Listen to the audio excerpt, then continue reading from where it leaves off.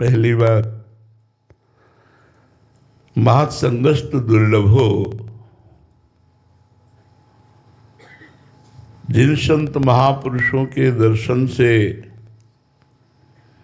चित्त वृत्ति का परिवर्तन होकर भगवदाकार हो जाना है, देवर्षि नारद जी कहते महत्संगस्तु दुर्लभो। ऐसे महान संतों का दर्शन दुर्लभ है। जब द्रवहि दीन दयालु राघो तो साधु संगति पाइए। जब भगवान जिस जीव पर द्रवित होते हैं, दया करते हैं, प्रसन्न हो जाते हैं, कृपा करते हैं, तब महापुरुषों का संग मिलता है। देखो,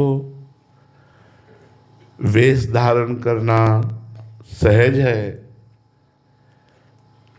लेकिन वेश का निर्वाह करना बहुत कठिन है। संत वेश धारण होना सहज है, पर साधुता आना बहुत कठिन है।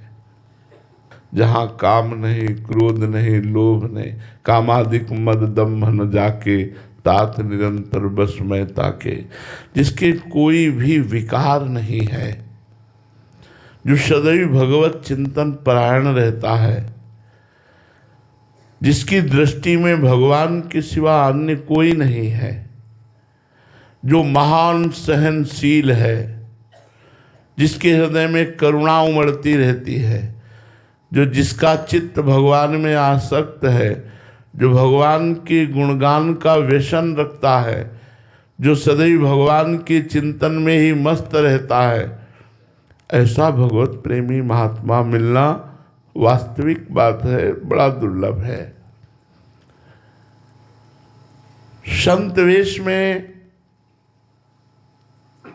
भगवान ही विचरण करते हैं जगत पावन करने के लिए, क्योंकि तस्मिन् तज्जने भेदाभावात्, भगवान और भगवान के जन्म में भेद का अभाव है।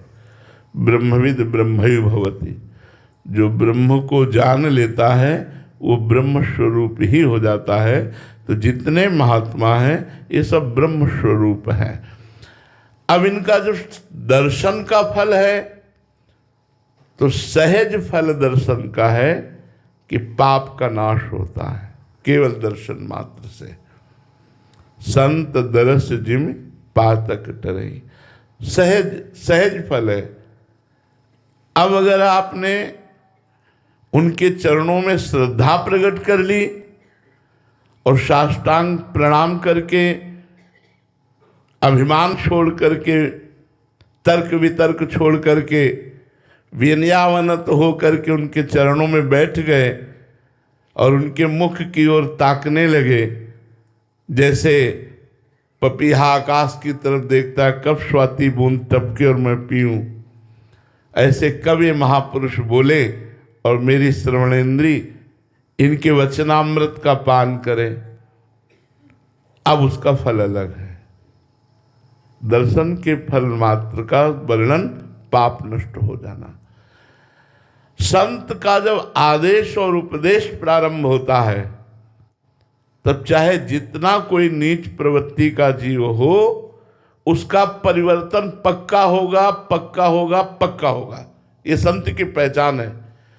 उनका उपदेश व्यर्थ नहीं जाएगा और उसका परिवर्तन होकर के, उसके दोषों का नाश होकर के उसमें साधुता आ जाएगी, उसमें भगवत प्रियता आ जाएगी। संत दर्शन का फल है जिसने संत दर्शन किया, संत संभाषण किया, संतों के पास बैठ करके उनके वचन उपदेश, आज्ञा उपदेश सुने, वो उसमें स्वयं में साधुता आ गई। अब इसी में आपके दो प्रश्न थे। क्या संत दर्शन से प्रारब्ध बदल सकता है? तो नहीं। अवश्यमेव भोक्तव्यम कृतम कर्म शुभाशुभम।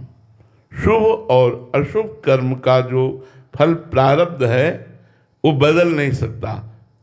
हाँ, संत यदि चाहे तो वो बदल सकते हैं, पर वो चाह ही क्यों करेंगे भगवान के विधान के विरुद्ध? भगवान के विधान के विरुद्ध क्यों चाह करेंगे? पर अगर आप अधिक विनय कर दिए और वो द्रवित हो गए और वो चाह कर ले तो बदल सकते हैं। फिर आपके प्रारब्ध को वो बदलने की पूरी चेष्टा कर सकते हो। प्रारब्ध बदल भी सकता है, क्योंकि प्रारब्ध कोई बहुत बड़ा देवता नहीं है, पूर्व के किए हुए कर्मों का फल है। और संत वर्तमान में की हुई तपस्या के द्वारा उसको नष्ट कर सकता है। पर इसमें दो बातें, बहुत समर्पित चित्त और द्रवित कर दो उन संत को, और वो द्रवित होकर के संकल्प कर ले तो प्रारब्ध बदल सकता है। या वो द्रवित होकर आपके प्रारब्ध को अपने ऊपर ले लें तो प्रारब्ध कट सकता है आपका। अन्यथा शास्त्रों में अवश्य में भोक्तव्यम, वो प्रारब्ध को भोगना पड़ता है। तो हमें लगता है संतों से प्रार्थना करनी चाहिए कि हमारा चित्त परिवर्तन हो जाए, हमारी दुर्गुण दुर्वासना का नाश हो करके भगवत चरणारविंद में प्रीति हो, ऐसी कृपा कीजिए। ऐसा संतों के संग का लाभ लेना चाहिए। संतों से लौकिक वस्तु या बुरे प्रारब्ध को मिटवा देना ये कोई लाभ की बात नहीं हुई।